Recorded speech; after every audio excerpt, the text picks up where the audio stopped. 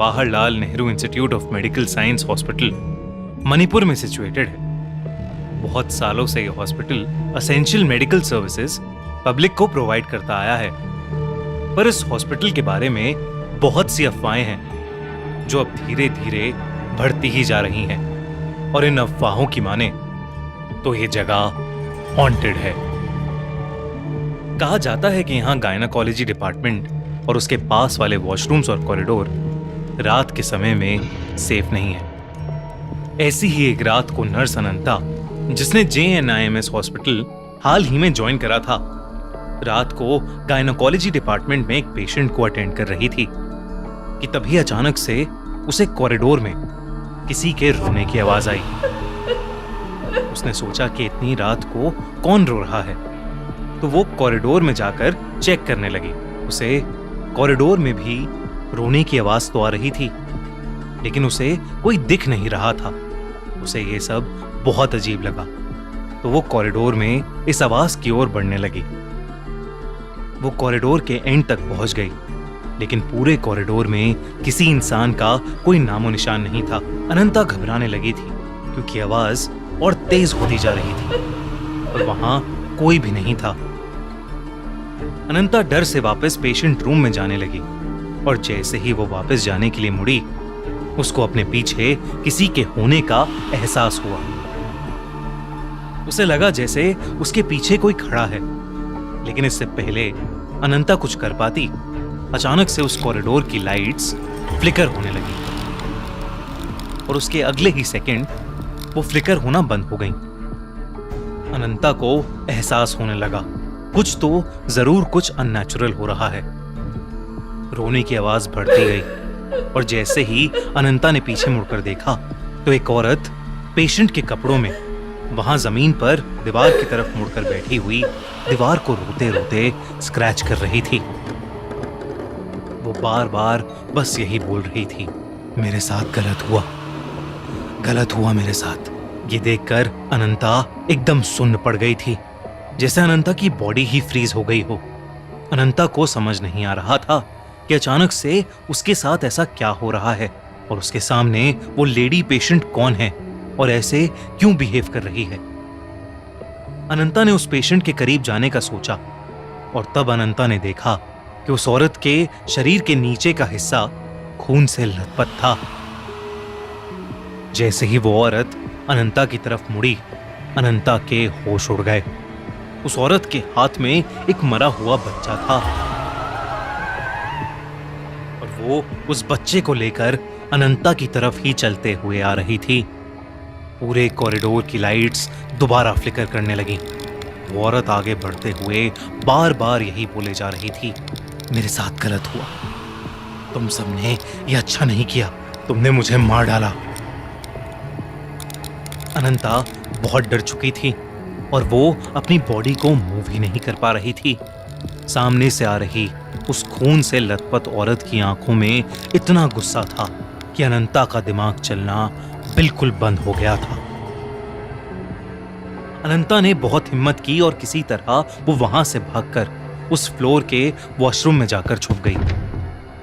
उसने अपनी पॉकेट से फोन निकालकर किसी को मदद के लिए बुलाने का सोचा, लेकिन जब उसने अपनी पॉकेट में हाथ डाला कि उसने अपना फोन तो गायनाकोलॉजी डिपार्टमेंट में ही छोड़ दिया था।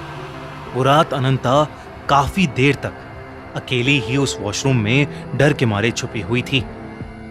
उसे डर था कि बाहर उसका सामना उसी भयानक औरत से हो जाएगा। तभी अचानक से बाथरूम के दरवाजे पर जोरों से खटखट हुई और फिर अचानक बंद हो गई।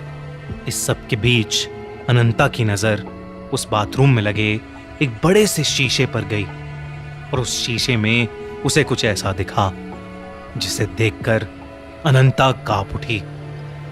उस मिरर की रिफ्लेक्शन में वही खून से लथपथ औरत अनंता के ठीक पीछे खड़ी थी। अनंता डर के मारे पीछे मुड़ी, लेकिन वहां कोई नहीं था। अनंता को लग रहा था कि वो पागल होती जा रही है।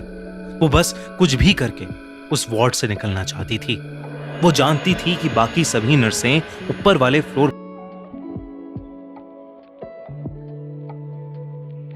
पर मौजूद नर्स वार्ड में थीं। पर वहां जाने का रास्ता उसी कॉरिडोर से होकर गुजरता था जहां पर उसे पहले वो भयानक औरत दिखी थी। पर अब अनंता के पास और कोई रास्ता नहीं था।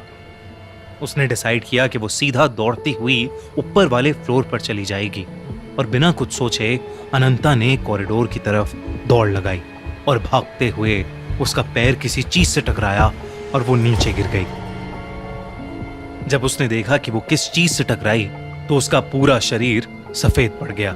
जमीन पर उसी औरत की लाश पड़ी थी जो उसे कुछ देर पहले कॉरिडोर में दिखी थी। उस औरत की बॉडी को देखते ही अनंता को दौरे पड़ने लगे और वो बेहोश हो गई। अगले दिन उसकी आंख खुली तो वो खुद उस हॉस्पिटल में एक पेशेंट थी।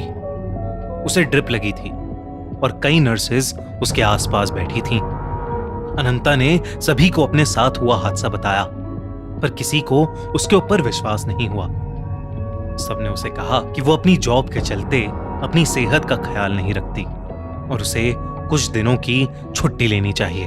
उसी दिन की शाम को जब अनंता के रूम में कोई नहीं था, एक बूढ़ी नर्स वहां आई और उसने अनंता को बताया कि वो उस पर विश्वास करती है और जो औरत उसे कल रात को दिखी उसका नाम शयाना था। करीबन 20 साल पहले शयाना को अपनी प्रेगनेंसी की लास्ट वीक में एक एबनॉर्मल पेन हुआ था और उसके चलते उसे हॉस्पिटल में एडमिट किया गया था।